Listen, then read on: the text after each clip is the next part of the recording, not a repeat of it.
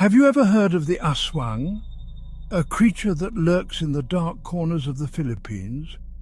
Let me tell you about it, but be warned, this story isn't for the faint of heart. The Aswang is a shapeshifter, one that can transform from human to beast. By day, it walks among us, blending in with society, often as a quiet villager or a reclusive loner. But by night, it reveals its true form, with glowing red eyes, sharp claws, and a hunger for human flesh. There's a small village in the province of Capiz, where the legend of the Aswang still sends shivers down the spines of its residents. It was a crisp, moonlit night when Maria, a young mother, noticed something strange. Her baby, who was sound asleep, began to cry uncontrollably. She tried to soothe the child, but felt an eerie presence outside her window.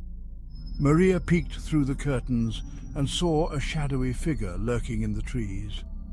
It had a hunched back and elongated limbs.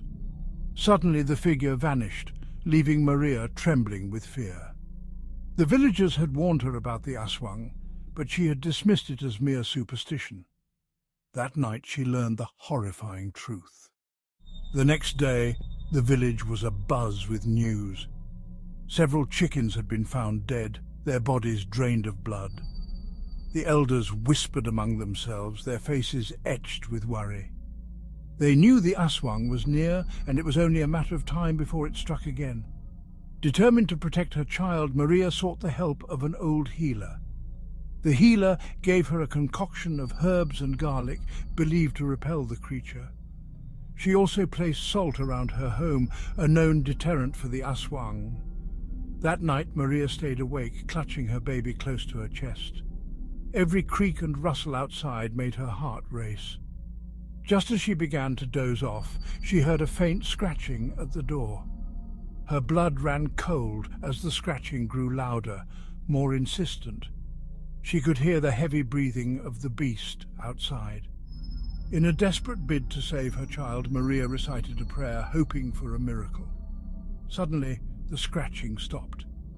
The air grew still, and Maria dared to peek outside. There was nothing, no sign of the creature, but the fear never left her. The Aswang was still out there, lurking in the shadows, waiting for its next victim. So the next time you find yourself alone in the dark, remember Maria's story.